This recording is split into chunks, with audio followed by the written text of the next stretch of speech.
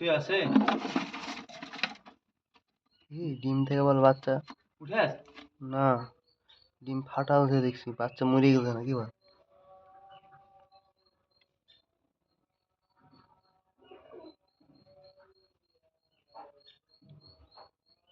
এবারে বন্দিকে থোয়া যায়, এরা হলো ঘুরে বেড়ানো যায়। এই রে আল্লাহ, বাচ্চা মারে ফেলে দিচ্ছি। মারে ফেলে যাচ্ছা? হ্যাঁ, দেখি তোর মোবাইলে দেখি।